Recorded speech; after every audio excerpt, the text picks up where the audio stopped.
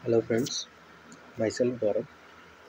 और हम लोग एक न्यू सीरीज स्टार्ट कर रहे हैं, जिसमें कि हम लोग ये देखेंगे कि यूपीएससी का जो प्रीवियस ईयर क्वेश्चंस है उसको हम लोग डिस्कस करेंगे नॉलेज के बेसिस पे। और अगर नॉलेज नहीं काम आ रहा है तो कॉमन सेंस से कैसे उसको अप्रोच किया जाएगा। ठीक है, मैं इस इंट्रोडक्टरी वीडियो में कुछ ही क्वेश्चन को देखूंगा। अगर ये सीरीज़ आप लोग को पसंद आएगी तो आई विल कंटिन्यू।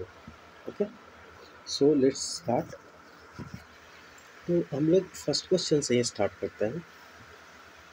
तो फर्स्ट क्वेश्चन में बोला जा रहा है, consider the following statement, the arrival of Babur into India lead to the. उसके बाद हम लोग क्वेश्चन अप्रोच करने का पहले तरीका देखिए कि क्या होता है। फर्स्ट हम लोग देखेंगे, उसके बाद नीचे जाके कि क्या करेक्ट पूछा जा रहा है या इनकरेक्ट पूछा जा रहा है। तो इसमें पूछा जा रहा है which of the following statements are correct. Okay, देखते हैं पहला स्टेटमेंट क्या है। Introduction of gunpowder in the सब कॉन्टिनेंट।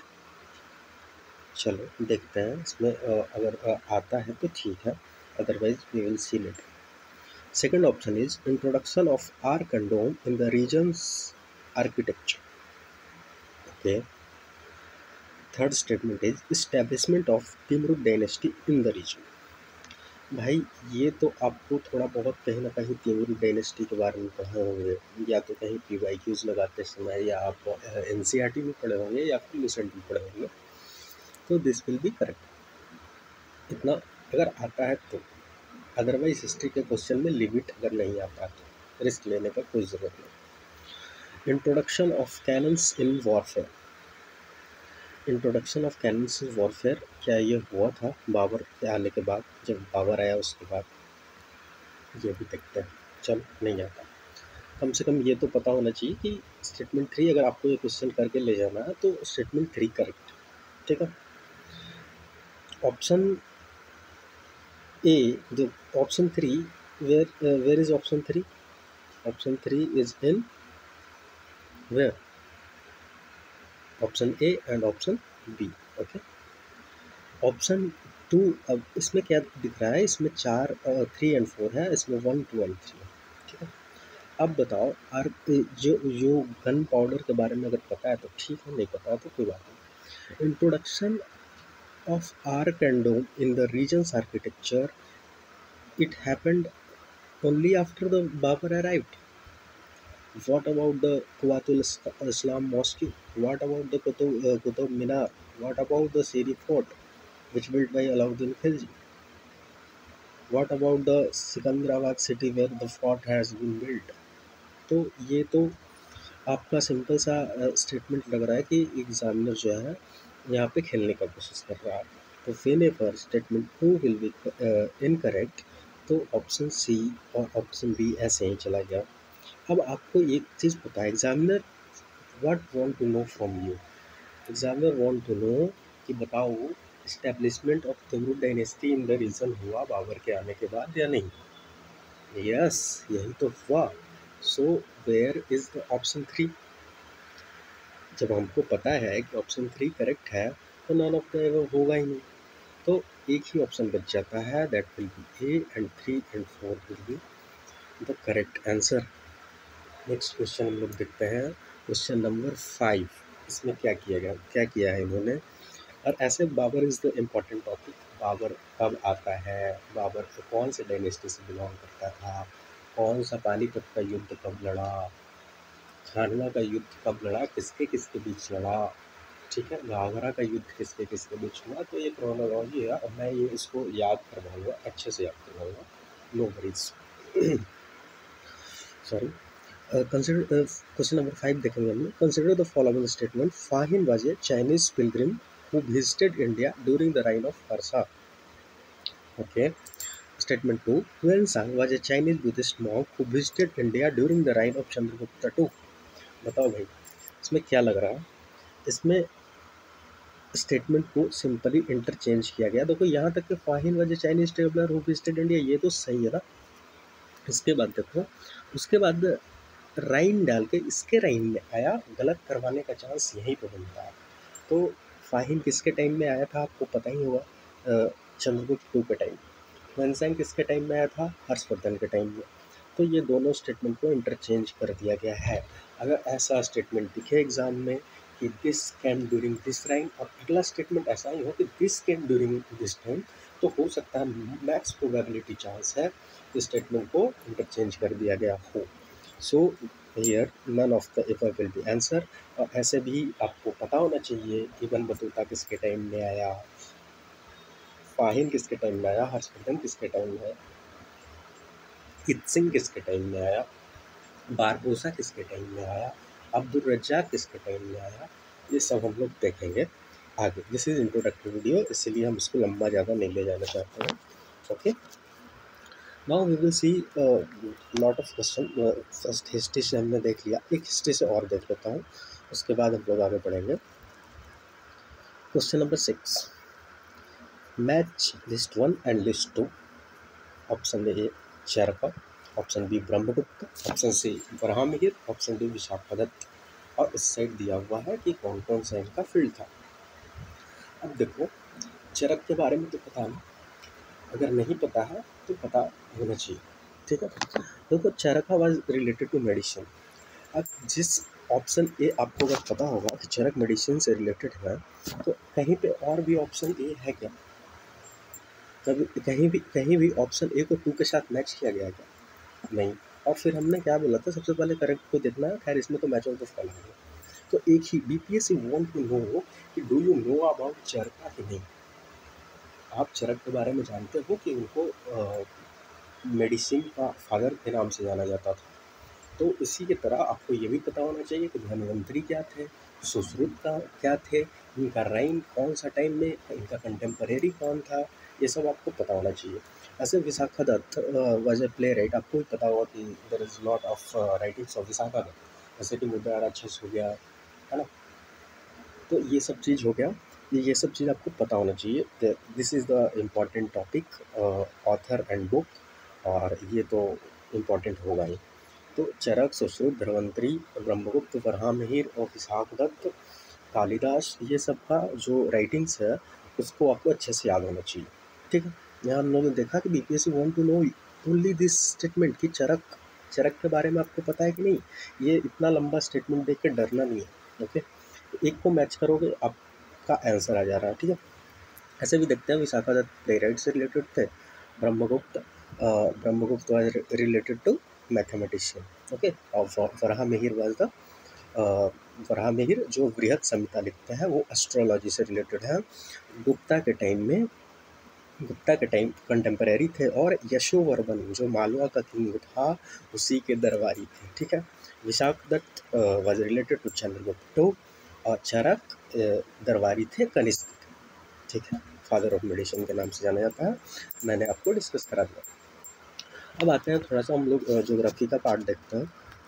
ज्योग्राफी का question will be 20, okay, let's see 27 number question में भी आपसे सिर्फ और सिर्फ एक ही स्टेटमेंट पूछा जा रहा है। क्वेश्चन 27 को हम लोग पढ़ते हैं। Bihar geographical structure consist of rock system, match the rock system with their description, ठीक है। रॉक सिस्टम को हम लोग मैच करते हैं। अब Dharwar rock system, Vindhyan rock system, quaternary rock system, tertiary rock system. सबसे पहले तो first, as you are aspirant, तो आपको डेप्थ में नॉलेज होना चाहिए कि जो इंडिया में रॉक सिस्टम है उसको कितने से कितने भागों में बांटा गया है, और कौन सा रॉक सिस्टम कहाँ पे उसका लोकेशन है, ठीक है। और बिहार के पर्सपेक्टिव से Dharwad rock is most important, Vindhyan rock is most important which is famous for limestone and marble. जो कैमूर है ना, कैमूर हिल्स आपको पता ही होगा कि एक्सटेंशन ऑफ विंध्यन रेंजेस है। क्वाटरनरी रॉक सिस्टम आपको पता ही है। बताओ भाई, क्वाटरनरी रॉक सिस्टम जो है वो किसका पार्ट है, ओके। तो क्वाटरनरी रॉक सिस्टम जिसमें इंडियन प्लेन फॉर्म हुआ is a part of Which rock system? So this is a part of Aryan rock system. Aryan rock system. ये मैच ऑफ द फॉलोइंग में आपको करके दिया जा सकता है। एक बार हम लोग देख लेते हैं कि एक बार हम लोग देखते हैं कि ये रॉक सिस्टम क्या था, उसके बाद इस क्वेश्चन को क्लिक करने का कोशिश करेंगे। और तो फिर देखो, रॉक सिस्टम को हम लोग ना 4 पार्ट्स में मेनली डिवाइड करते हैं। First is the Archean rocks. मैं लिख देता हूँ आर्कियन रॉक। आर्कियन रॉक में Archean rock is divided into 2 parts, Archean gneiss and schist, or another is Dharwar sediment. Why Dharwar sediment? Why name is Dharwar? This is the district in Karnataka where first Dharwar sediments was found, और ये first sediment था Dharwar. Okay, तो Archaean rock system को Archaean gneiss and system बोलते हैं। और ये Archaean जो नीस एंड सिस्ट है ना, बहुत मेटामॉर्फिक रॉक है, एक तरह का हाईली मेटामॉर्फिक है, और बेसमेंट ऑफ फंडामेंटल कॉम्प्लेक्स के नाम से भी इसको जाना जाता है। बिकॉज बहुत सारे जो मेजर लैंडफॉर्म है ना, उसमें जो है बैकबोन ऑफ द माउंटेन का काम करता है। ये आर्कियन नीस एंड सिस्ट का बात कर रहा हूँ। ओके, धारवार के बारे में बता दिया, ये भी मेटामॉर्फिक है। मेटामॉर्फिज्म आप लोग समझते हो ना, मेटामॉर्फिज्म इज अ एक तरह का मेटामॉर्फिक सेडिमेंट्री रॉक साइकिल पढ़े हो ना आप लोग, sedimentary to metamorphic, metamorphic to तो सबसे पहले is the igneous, igneous to sedimentary, sedimentary to metamorphic, और मेटामॉर्फिक से फिर से सेडिमेंट्स, फिर से इग्नियस, फिर से ऐसे ही रॉक साइकिल चलते रहता है, और वो मैं आपको बता दूंगा। ओके, अब धारवार सेडिमेंट्स में Kudremukh iron is so rich, मतलब कुदेरमुख आयरन और है जो कि बहुत रिच है आयरन के सेंस में। बेल्लारी डिस्ट्रिक्ट ऑफ कर्नाटका में पड़ता है। ठीक है, हम लोग वहाँ पे चल रहे थे। तो आर्कियन रॉक सिस्टम हमने देख लिया, नीसन सिस्ट और धारवार सेडिमेंट्स में इसको डिवाइड किया जाता है। थोड़ा लंबा जा रहा वीडियो। सो फर्स्ट उसके बाद हम लोग देखेंगे पुराना रॉक सिस्टम। ठीक है, पहला आर्कियन, मैं इंट्रोडक्टर ऐसे ही बता दे रहा हूँ, फिर बाद में इसको डिस्कस कर लिया जाएगा। आर्कियन, पुराना, उसके बाद द्रविडियन, द्रविडियन, उसके बाद आर्यन, फोर्थ वन इज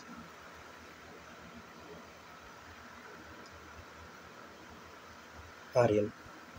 अब आर्यन रॉक सिस्टम का सबसे first part will be Gondwana rock system, जिसमें कोल फाउंड किया जाता है।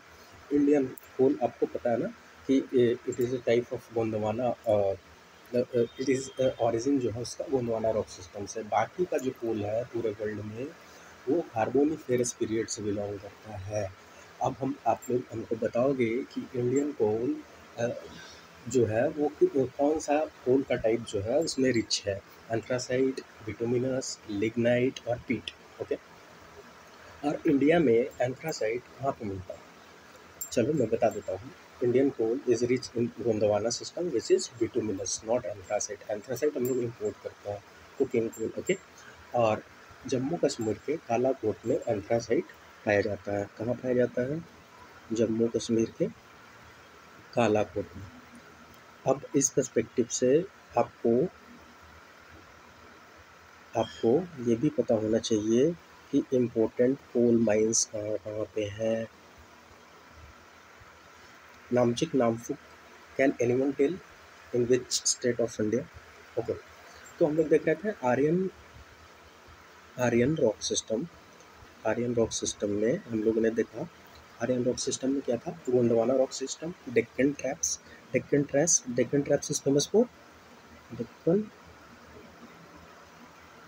ट्रैप्स।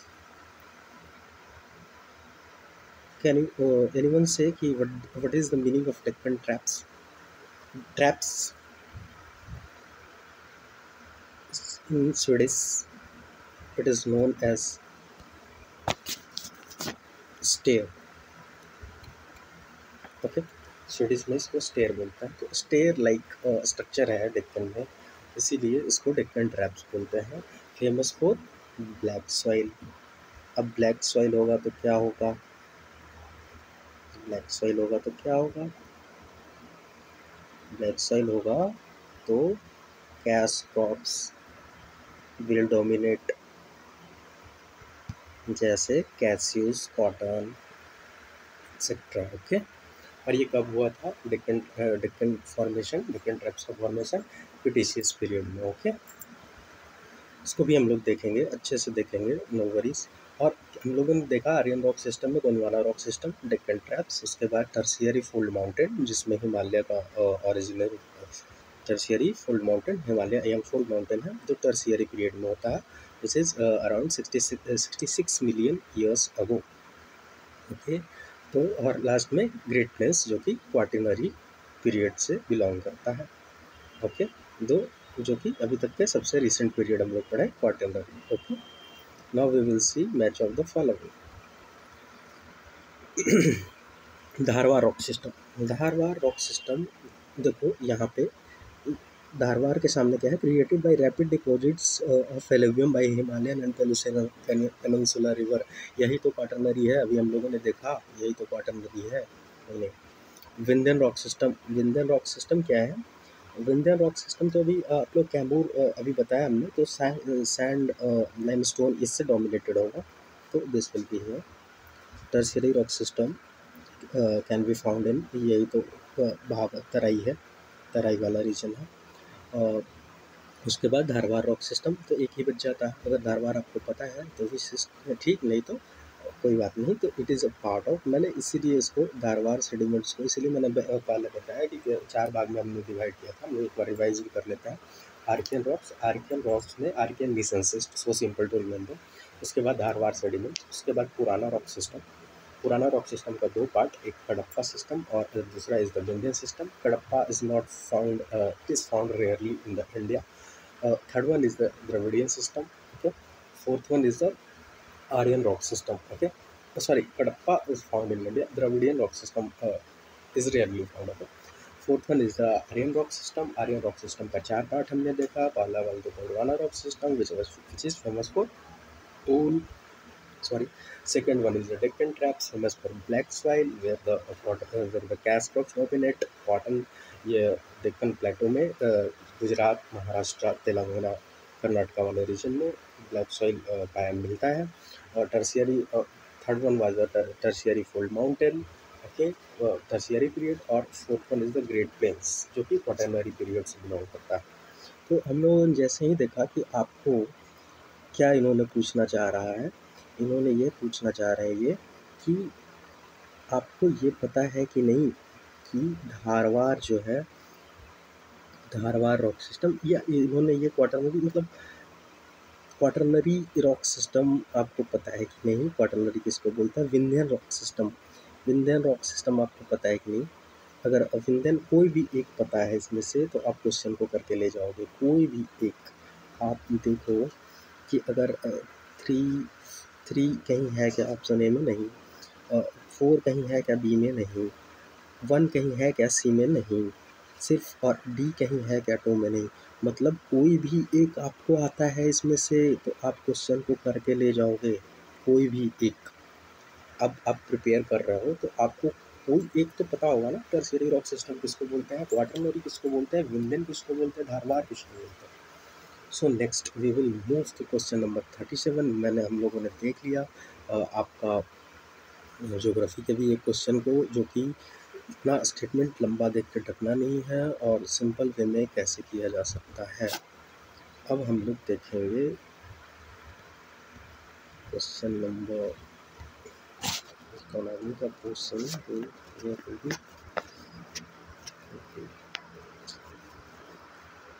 ये मेरा फर्स्ट वीडियो है, हो सकता है कुछ डिस्टर्बेंस आए आपको, तो वो आप हमको कमेंट में बता सकते हो। ज्योग्राफी का एक क्वेश्चन और देखते हैं हम लोग, जिसमें कि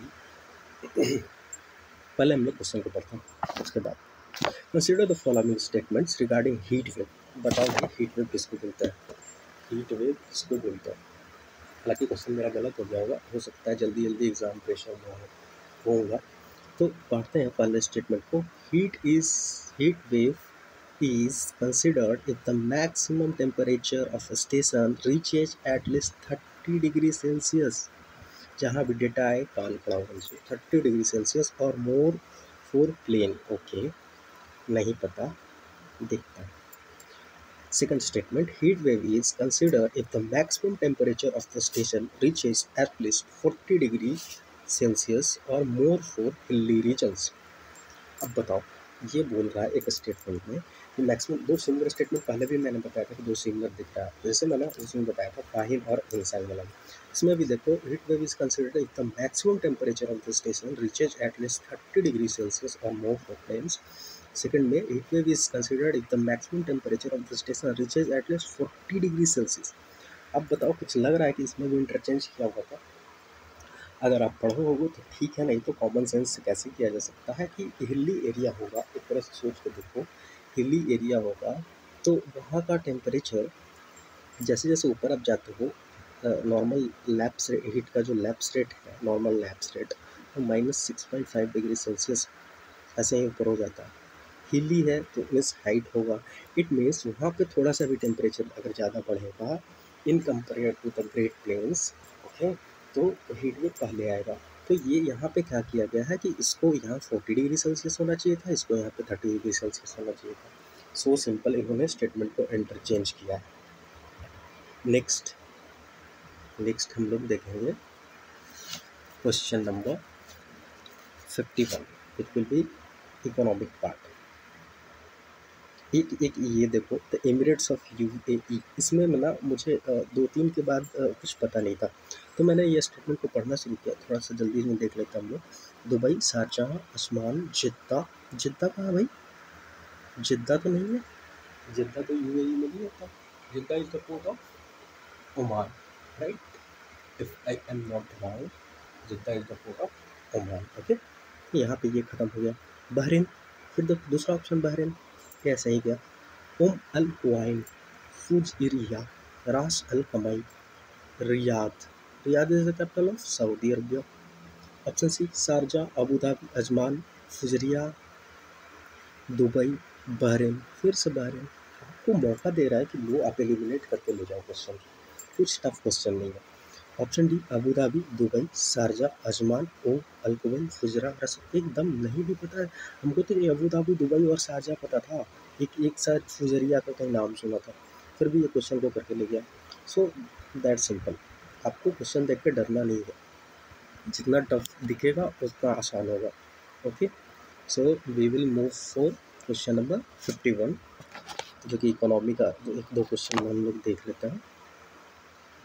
तो क्वेश्चन इकोनॉमी का देख के हम लोग फिर इसको कल से इसको स्टार्ट करेंगे, अगर आप लोग को अच्छा लगेगा तो। Okay, 51, okay, let's consider the following statement regarding insolvency and bankruptcy. Option 1, bankruptcy refer to a financial state in which an individual or entity is unable to pay off their debts as they become due. Okay. Second statement, insolvency refer to a legal process where assets of the debtors are liquidated or reorganized for the benefit of creditors. मैंने पहले बताया था, दो statement एक जैसा लगे तो बाकी आप बाद में देख लेना, अभी आप पहले ये दो। Bankruptcy is the state, whereas insolvency is the conclusion. Whereas ऐसा वर्ड है but not, मैं दिखाऊंगा। Whereas bankruptcy is the state, whereas insolvency is the conclusion, ठीक। Option 4, the insolvency and bankruptcy board जो है इंडिया का, IBBI is a regulatory body responsible for overseeing the insolvency and bankruptcy proceedings। चलो देखते हैं, ये तो सही है, मैंने अभी ये बताया। अब बताओ भाई, बैंकरप्सी किसको बोलते हैं? बैंकरप्सी क्या इसको बोलते हैं? बैंकरप्सी, यहाँ से स्टेटमेंट को यहाँ पर लिख दो। Bankruptcy refers to a legal process where the assets of the debtor are liquidated or reorganized for the benefit of creditors. Insolvency refers to a financial state in which the individual or entity is unable to pay off their debt as become due. यही तो definition होता है insolvency का। और ये definition होता है bankruptcy का। यार मैंने इस क्वेश्चन को गलत किया है, तो मैं इसमें कुछ ज़्यादा स्मार्ट बनने का कोशिश नहीं करूँगा, लेकिन this statement is also incorrect. And दो स्टेटमेंट एक जैसा लगे ना, ज़्यादा चांस होगा एग्जामिनर यहीं पे प्ले करने का कोशिश करेगा। अब देखो जैसे ही 1 एंड 2 विल बी इनकरेक्ट, तो सी और डी तो गया मेरा, बच गया क्या 2, 3 एंड 4 एंड और यहाँ पे तो हमको ये भी पता चल गया ना कि 2 ही इंटरचेंज है। तो और 3 देखो ना, फिर 3 में क्या किया कि बैंकरप्सी, देखो फिर इज़ वेयर एज कर दिया यहाँ पे। इन बैंकरप्सी कंक्लूजन है और इंसॉल्वेंसी क्या है, एक स्टेट है, इंसॉल्वेंट हो जा रहे हैं वो, बैंकरप्ट तो कंक्लूजन है ना। उसके बाद इंसॉल्वेंट पर्सनल आएंगे, सॉरी बैंक जो भी रिजोल्यूशन पर्सनल्स आएंगे, और उनको इसके बाद लिक्विडेट किया जाएगा बैड बैंक के थ्रू, और जो भी गवर्नमेंट का सरफेसी एक्ट और bank insolvency and bankruptcy code के थ्रू जो भी इंसॉल्वेंसी पर्सनल्स हैं उनको अपॉइंट किया जाएगा। ओके, सो एक क्वेश्चन और हम लोग देख लेते हैं और उसके बाद हम लोग इस सीरीज को नेक्स्ट डे से कंटिन्यू करेंगे। Okay, question number 54।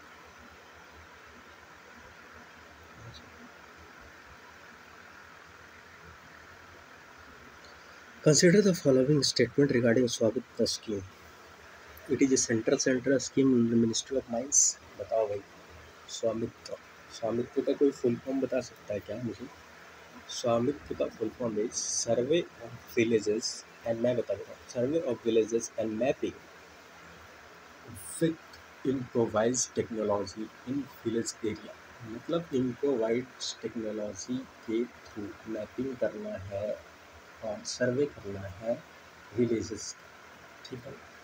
और इसका जो मिनिस्ट्री है ना, खैर मुझे ये याद था कि मिनिस्ट्री गलत है, लेकिन जनरली मिनिस्ट्री गलत होता है, ठीक है। इसका मिनिस्ट्री वाज मिनिस्ट्री ऑफ पंचायती राज। आपको अगर नहीं आता है तो मिनिस्ट्री देख के, अगर क्वेश्चन को क्लिक ही करना है तो मिनिस्ट्री देख के, मेरा ये एक्सपीरियंस है कि आप इसको कट कर सकते हो। Once you will cut the ministry you will reach to where option 1 is. सबसे पहले मैंने क्या बोला है कि ऊपर के बाद देखो, मैं भी भूल जा रहा हूँ, ऊपर के बाद ना consider the following statement regarding Svamitva scheme, उसके बाद हम लोग नीचे पढ़ेंगे which of the following statement are incorrect. Okay, question पढ़ने का तरीका, तो हमको पता चल गया कि स्टेटमेंट 1 इनकरेक्ट है क्योंकि इसमें स्कीम दिया हुआ था, ठीक है। चलो आगे देखते हैं। इतना इतना बताओ, इतना टफ लग रहा स्टेटमेंट, देख के बच्चा डर जाए। सेकंड स्टेटमेंट पढ़ते हैं हम लोग। This scheme seeks to create geo positioning infrastructure like CORS network to benchmark the location and provide 5 centimetre level accuracy. चलो ठीक है, देखते हैं कितना लेवल का एक्यूरेसी है। Statement third, CORS means cross origin resource sharing. भाई सी, फिर से देखो, CORS means cross origin resource sharing. क्या होता है CORS मीन्स? मेरे को भी नहीं पता था CORS मीन्स क्या होता है। The fourth number statement, the scheme is a reformative step towards establishment of clear ownership of property in rural inhabited आबादी area by mapping of land parcel using drone technology। यही तो मैंने आपको definition में बताया था कि इम्प्रोवाइज टेक्नोलॉजी में ड्रोन टेक्नोलॉजी के थ्रू विलेज का मैपिंग करेंगे मिशन स्वामित्व स्कीम के थ्रू। और नोडल एजेंसी हमने पंचायती राज बता ही दिया था, और इसमें 6.62 लाख विलेज कवर होंगे। ये स्कीम 2020 से 2024 तक के चलाया गया था। ओके, और इसमें राइट टू लीगल जो right to document of their legal properties, जो भी रूरल पीपल है ना, तो उसको राइट टू लीगल डॉक्यूमेंट्स में बोला गया था कि ये होगा। तो ये तो पता चल रहा है स्कीम रिफॉर्मेटिव स्टेट, जिसको स्वामित्व का फुल फॉर्म पता होगा ना, तो ये ऑप्शन 4 उसको पता होगा कि ये करेक्ट स्टेटमेंट है, इनकरेक्ट नहीं है, तो ये स्टेटमेंट होगा नहीं। तो 4 इज़ 1, और 1 जैसे ही 4 गया कि 4 पता है कि ये सही है, तो ये होगा नहीं क्योंकि इनकरेक्ट पूछा जा रहा है। अब बच गया हमारे पास 2 एंड 3 एंड 1 एंड 3। 1 मैंने बता दिया कि 1 मिनिस्ट्री जनरली गलत होता है, और ये स्टेटमेंट 2 देखो ना, the scheme seeks to create geo positioning. Geo positioning का मीन्स क्या, कि मतलब ज्योग्राफिकली उसको पोजीशंस करना, लोकेट करना। Infrastructure like CORS network to benchmark the location and provides 5 centimeter level accuracy. अब यहाँ पे स्टेटमेंट 3 में ना CORS का क्रॉस ओरिजिन रिसोर्स शेयरिंग, ये फुल फॉर्म पूछ रहा है। एक बार आप सर्च कर लेना, ये CORS ये सही नहीं है, इसका कुछ इसका रिसोर्स शेयरिंग की जगह कुछ और ही है, तो वो आपको देख लेना। तो स्टेटमेंट 1 एंड 3 क्लियर करके इसमें समझ में आएगा ना। एक मिनिस्ट्री में हमने एलिमिनेट किया, दूसरा हमने क्या किया, दूसरा हमको पता चल गया कि स्टेटमेंट स्वामित्व पता है, तो स्टेटमेंट 4 इज करेक्ट। 4 से ये स्टेटमेंट C एंड D चला गया, बच गया हमारे पास 2 एंड 3। 2 एंड 3 में हमको एक मिनिस्ट्री पे मैं कंफर्म था, तो मैं चला गया। और 3 का थोड़ा सा जो कॉमन सेंस था, लग रहा था मुझे कि ये गलत कहीं ना कहीं सेट किया हुआ क्वेश्चन। ठीक है, तो that is all for tomorrow. और इस ये इंट्रोडक्टरी वीडियो था, तो थोड़ा मैंने जल्दी जल्दी करने का चाहा। अगले दिन से अच्छे से मैं क्वेश्चन के साथ साथ जो मैं उसको अच्छे से एलेबोरेट भी करूँगा, और हर एक टॉपिक को थोड़ा टाइम कंज्यूमिंग होगा, लेकिन हम लोग यहाँ से कुछ सीख के जाएंगे। That's all for today. जय हिंद। और इसी के साथ अगर आप लोग को अच्छा लगे तो मैं अगला दिन से ये लेक्चर कंटिन्यू रखूँगा। ओके, तो आप लोग मुझे बताएंगे। जय हिंद।